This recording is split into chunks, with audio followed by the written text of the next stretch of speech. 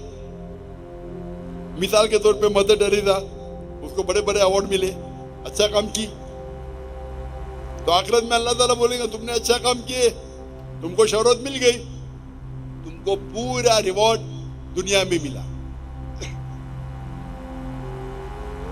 جو غلط کام کیے ہو سکتا ہے کہ تھوڑی سزا یہاں نہیں بھی ملے. کتنے لوگ ہیں جو بڑے بڑے اسمگلر ہے ڈاکو ہے اپنی زندگی اچھے عیش و آرام سے دنیا میں بتاتے ہیں. اللہ تعالیٰ بولا چلو تم کو سزا یہاں نہیں دوں گا قبر میں دوں گا اور آخرت میں دوں گا یا صرف آخرت میں دوں گا. تو وہ سمجھتا ہے کہ ارے میں تو بہت تیر مارا غلط کام کیا مشرک ہے ڈاکہ ڈالا لوگ کا قتل کیا دنیا میں کچھ نہیں اس کو پنشمنٹ ملی. پنشمنٹ مل سکتی ہے قبر میں اور آخرت میں. تو یہ کہنا کہ آخرت میں پنشمنٹ ملیں گی تو قبر میں کیوں مل رہی ہے آپ ٹوٹل کریں گے تو صحیح رہیں گے. ہو سکتا ہے کہ پارٹ آپ کو دنیا میں ملی پارٹ سزا آپ کو قبر میں ملی باقی کی ملے گی آخرت میں. ہو سکتا ہے کہ دنیا میں آپ کو سزا ملی نہیں جو غلط کام کیا آپ نے ہو سکتا ہے قبر میں بھی نہ ملی تو پوری ملیں گی آخرت میں. تو ٹوٹل صحیح ہے یہ ہاں لیکن ڈبل سزا نہیں ملیں گی. ڈبل مطلب آپ کو ملنا چاہیے 100 پوائنٹس کی سزا ہو سکتا ہے کہ 2 پوائنٹ دنیا میں ملے گا 8 پوائنٹ قبر میں 90 پوائنٹ آخرت میں. اللہ تعالیٰ ایسا نہیں کرے گا 100 پوائنٹ دنیا میں بھی 100 پوائنٹ قبر میں بھی 100 پوائنٹ آخرت میں یہ غلط ہے. تو اگر 100 پوائنٹ کی سزا ملنا چاہیے آپ کو کچھ پوائنٹ دنیا میں ملیں گے کچھ پوائنٹ قبر میں باقی ملیں گے آخرت میں. جو لوگ اسی لیے اللہ تعالیٰ اللہ کے رسول فرماتے کہ یہ دنیا جو ہے ایک مسلم کے لیے قید ہے اور ایک کافر کے لیے جنہ ہے. تو ایک غریب یہودی پھٹیلے چٹیلے کپڑے پہن کے حافظ ابن حجر اسقلانی